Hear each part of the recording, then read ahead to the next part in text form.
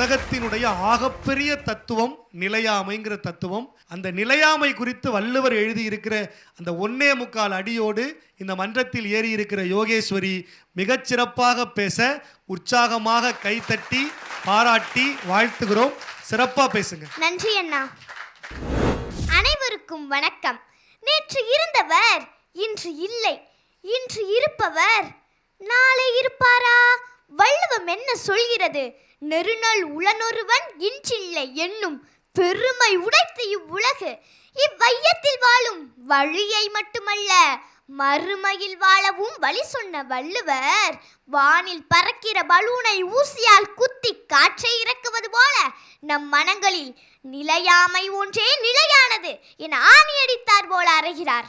நம் வாழ்வில் எது நிலையானது? செல்வமா, பொருளா, அழகா, பதவியா, இளமையா, இயற்கையா? லாஸ் ஏஞ்சல்ஸ் நகரில் 2 மணி நேரத்தில் 5000 ஏக்கர் எரிந்து சாம்பலானதை வாசித்தோமே. ஆயிரக்கணக்கான வீடுகள் அழிந்து விட்டனவே. பல கோடி சேதமே. பொருள் நிலையானதா? உன்னுடைய அழகாதானே என்னை ஏற்றுக்கொள்ளவில்லை என மூடத்தனமாய் அமிழ வீச்சு வீசும் கொடூர மிருகங்கள் உலவுகின்றன நம்மிடையே. விபத்து, நோய் என ஏதோ ஒரு காரணத்தினால் மாறுபட்டு போகும் அழகு நிலையானதா? நேற்று ஜோ பைடன், இன்று ட்ரம்ப், அடுத்து யாரோ. பதவி நிலையானதா? அழகு பதுமையாய் பிறந்து குட்டி தேவதையாய் வளர்ந்து கண்டோர் வியக்கும் மங்கை கூட ஒரு பருவத்தில் கூன் விழுந்து தலை நடுங்கி தடி ஊண்டி பாட்டியாகிறாள்.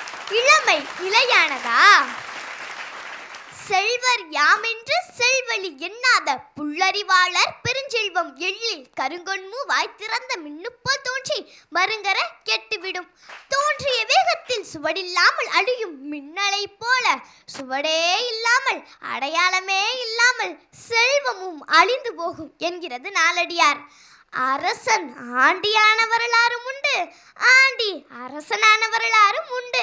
செல்வம் நிலையானதா? இயற்கை எழில் கொஞ்சம் கேரளாவில் வயநாடு நிலச்சரிவு, சென்னையில் வெள்ளம், கடலூரில் புயல், சுனாமியின் கோர தாண்டவம். இயற்கை நிலையானதா? வீடு வரை உறவு, வீதி வரை மனைவி, காடு வரை பிள்ளை, கடைசி வரை யாரோ. கூடு விட்டு ஆவி போனால் கூடவே வருவதென்ன என்ற கண்ணதாசனின் வரிகள் மாவீரன் அலெக்சாண்டரின் வாழ்க்கையானது. ஆம், மாவீரன் அலெக்சாண்டர் அடுத்து எந்த நாட்டுடன் போரிடலாம் என உலக படத்தை கையில் வைத்துக் கொண்டிருந்த போது அவருடைய குரு டயோஜீனியஸ் 2 மண்டையோடுகளுடன் வந்தார். இதில் எது உன் தந்தை பிலிப்புடையது, அடையாளம் சொல் என்றார். அலெக்சாண்டருக்கோ பதில் கூற முடியவில்லை. உலகையே நீ வென்றாலும் கடைசியில் உன் மண்டையோட்டின் அடையாளம் கூட யாருக்கும் தெரிய போவதில்லை என்றார் குரு. அது முதல் போருக்கு போவதை தவிர்த்தார் மாவீரன் அலெக்சாண்டர். ஆம், நிலைத்த வாழ்வு வாழ நிலையாமை தத்துவம் தேவைப்படுகிறது. நிலையாமை ஒன்றே நிலையானது. நிலையற்ற இவ்வுலகில் நாம் செய்யும் அறச்செயல்கள் மட்டுமே நிலையானவை. ஆலம்பழம் தின்று எச்சமிடும் காக்கை ஒரு அற்ப பறவை. அதன் எச்சத்தால் முளைத்த ஆலமரமோ பல ஆண்டுகளுக்கு நிலைத்து நின்று நிழலை தரும். அதுபோலதான் நமது அற்ப பிறவியில் அறச்செயல்கள் செய்து நிலைத்த வாழ்வு வாழ முயல்வோம். சிங்கப்பூரின் முதல் பிரதமர் லீ குவான் யூ இன்று வரை பேசப்பட காரணம் அவரின் அறச்செயல்களே. திருவள்ளுவரின் அறம், காந்தியின் அகிம்சை, காமராஜரின் அரசியல், ராஜராஜ சோழன், மகேந்திர பல்லவன் போன்றோரின் கலை நயம், கடையேழு வள்ளல்களின் கொடைத்தன்மை இன்றளவும் நிலைத்து நிற்கின்றன. தூங்கையிலே வாங்குற மூச்சு அது தடமாறி போனாலும் போச்சு. பத்திரிகையில பேரு போடலன்னு ஒரு சண்டை, வானை கேட்கலன்னு ஒரு சண்டை, சாவை வீட்டுல சாப்பிட கூப்பிடலன்னு ஒரு சண்டை. பெற்றோரே பெரிய சொத்து என்பதை மறந்து எனக்கு நீங்க என்ன சொத்து சேர்த்து வைத்தீர்கள் என ஒரு சண்டை. வேண்டாம் சண்டைகள். பிறப்பு உண்டியனில் இறப்பும் உண்டு. இறப்பை தள்ளி போடலாம், தடை செய்ய முடியாது. முட்டைக்குள் இருக்கும் கரு குஞ்சாகிவிட்டால் வெற்றுக்கூட்டுக்கு மதிப்பில்லை. அதுபோலதான் நமது உடலும் உயிரும் இருக்கும்போது அறம் செய்வோம். இன்று இருப்பார், நாளை இல்லை. நிலையற்ற இவ்வுலகில் இருக்கும் வரை நிம்மதியாய் உறவுகளோடு வாழ்வோம். மனதில் நிறுத்துங்கள் இக்குறளை. நெருநல் உளனொருவன் இன்றில்லை என்னும் பெருமை உடைத்து உலகு. நன்றி, வணக்கம்.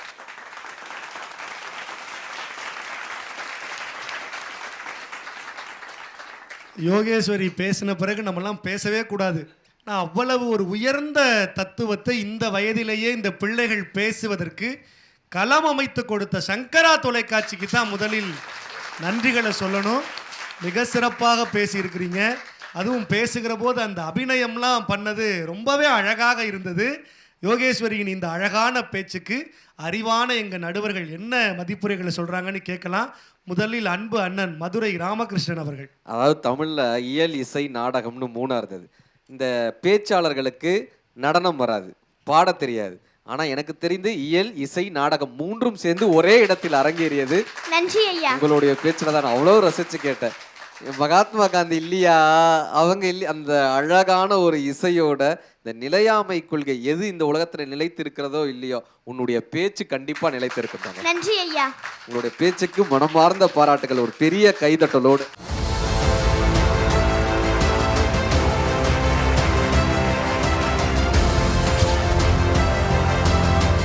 நிலையாமையை பற்றி இந்த வயதிலேயே உணர்ந்து கொள்வதுன்றது ஒரு மிகப்பெரிய விஷயம். ஏன்னா எவ்வளவோ வயதாகியும் சில பேருக்கு புரியவே புரியாது. நான் சென்னையில் 5 ஏக்கர் வாங்கி போட்டிருக்கேன், கோயம்புத்தூரில் 4 ஏக்கர் வாங்கி போட்டிருக்கேன், ஈரோட்டில் 5 கிரவுண்டு வாங்கி போட்டிருக்கேன். இப்போ பூமி சொல்லிச்சு, உங்கள் தாத்தாவை நான் தாண்டா வாங்கி போட்டேன், உங்கள் அப்பாவை நான் தாண்டா வாங்கி போட்டேன், உன்னையும் நான் தாண்டா வாங்கி போட போகிறேன், நீ என்னையே வாங்கி போட போறியா அப்படின்னு. பட்டினத்தில் பாதி இவன் வாங்கி முடித்தான், அந்த பட்டியத்தில் கண்டது போல் வேலி எடுத்தான், அதில் 8 அடிக்கு 8 அடி மாளிகை வைத்து கட்டிவிட்டு 8 அடிக்குள் சென்று படுத்தான் கண்ணதாசன்.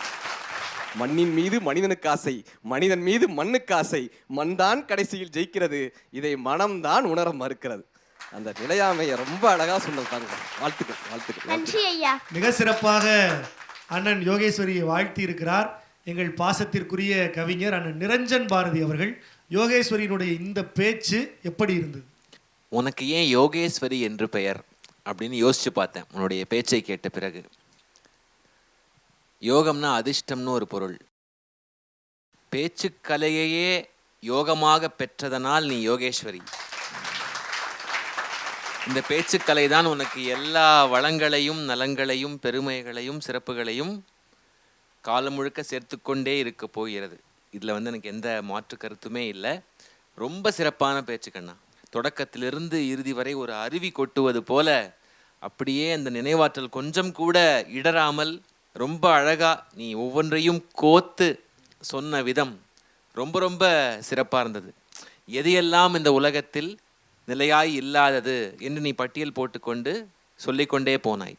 நவீன கவிதை என்ன சொல்லுது அப்படின்னா, ஒரு கவிதை எப்போ ஒரு சிறந்த கவிதை ஆகுது அப்படின்னா, ரொம்ப குறைவாக சொல்லணும், ஆனால் நிறைய உணர்த்தணும். ஒரு கவிதை கவிஞனுடைய மனத்தில் பிறக்கிறது, வாசகனுடைய மனத்தில் தான் அது இன்னும் வளர்கிறது. உன்னுடைய இந்த பேச்சு இந்த குரலுக்கு ஏன் நம்ம வேறு விதமாக பொருள் கொள்ளக்கூடாது என்று என்னை தூண்டும்படி இருந்தது. அப்படி ஒரு அறிவார்ந்த பேச்சாக உன்னுடைய பேச்சு இருந்தது கண்ணா. ஏன்னா இந்த குரலுக்கு காலங்காலமாக நம்ம என்ன சொல்லிட்டு இருக்கோம்னா, நேற்றுக்கு இருக்கின்ற மனிதன் இன்றைக்கு இறந்து விடுகிறான், இதான்ப்பா இந்த உலகத்தோட பெருமை என்று ஒரு கிண்டல் கலந்த துணியில் வள்ளுவர் சொல்கிறார். ஆனால் வேறு விதமாக யோசிக்கலாமோ என்று கூட தோன்றுகிறது. இப்போ நேற்றைக்கு இருந்த நான் வேற தானே, இன்றைக்கு நான் அதே நான் இல்லையே. எனக்குள்ள நிறைய மாற்றங்கள் வந்திருக்கும். ஏற்றமும் நடந்திருக்கலாம், இறக்கமும் நடந்திருக்கலாம். ஒரு நாளில் நிறைய அனுபவங்கள் எனக்கு நேர்ந்திருக்கலாம். நேற்றைக்கு இருந்த நான் வேற, இன்றைக்கு இருக்கிற நான் வேற. அப்படி இந்த குரலை ஏன் பார்க்கக்கூடாது? இப்போ சில சுற்றுகள் முன்னாடி யோகேஸ்வரி 10 அடி பாய்ந்தாள், இன்றைக்கு பல 100 அடி. நேற்றைக்கு இருந்த யோகேஸ்வரி வேற, இன்றைக்கு இருந்த யோகேஸ்வரி வேற இல்லை. அந்த மாதிரி ஏன் பொருள் கொள்ளக்கூடாது என்று எனக்கு அப்படியே சிந்தனையை தூண்டிவிட்ட மாதிரி இருந்தது. அதுதான் குரலினுடைய சக்தி. ஒரு பொருள் தான் இந்த குரலுக்கு என்று நாம் நிர்ணயம் செய்துவிட முடியாது. நிறைய பார்வைகள் காலந்தோறும் வந்து கொண்டே இருக்கும். அந்த மாதிரி ஒரு கேட்பவர்களுடைய மனசில் நீ கற்பனையை தட்டிவிட்ட இல்லையா, அந்த பேச்சுக்கு என்னுடைய பாராட்டுக்கள். வாழ்க. நன்றி ஐயா. கவிஞருக்கு நன்றி. 2 நடுவர்களுமே மிக சிறப்பாக வாழ்த்தி பேசி இருக்கிறார்கள். நிலையாமை அப்படிங்கிற அந்த ஒரு அற்புதமான தத்துவத்தை இவ்வளவு நேரம் நாம் சிந்திப்பதற்கு கருவியாக இருந்தது யோகேஸ்வரி தான். யோகேஸ்வரிக்கு ஒரு உற்சாகமான கைத்தடல்கள், பாராட்டுக்கள். இன்றைக்கு இருக்கிற நாம நாளைக்கு இல்லை, நேற்றைக்கு இருந்த நாம் இன்றைக்கு வேறாக இருக்கிறோம் அப்படின்னு இன்றைக்கு பாரதியின் பரம்பரையில் வந்த அண்ணன் நிரஞ்சன் பாரதி சொன்னதை அன்றைக்கே பாட்டன் பாரதி இன்று புதிதாய் பிறந்தோம் அப்படின்னு ரொம்ப அழகாக பதிவு செய்திருக்கிறார். யோகேஸ்வரியின் பேச்சு இத்தனை சிந்தனைகளுக்கு வழிவகுத்திருக்கிறது அப்படின்னா அடுத்த தலைமுறை பிள்ளைகளுக்கு ஒரு அற்புதமான களத்தை தமிழங்கள் உயிர்மை சுட்டிகள் விதைத்து கொண்டிருக்கிறது அப்படிங்கிறதுல எந்த விதமான மாற்று கருத்தும் இல்லை. சிறப்பாக பேசிய யோகேஸ்வரிக்கு உற்சாகமான கைத்தட்டல்கள், பாராட்டுக்கள், வாழ்த்துக்கள். நன்றி அண்ணா.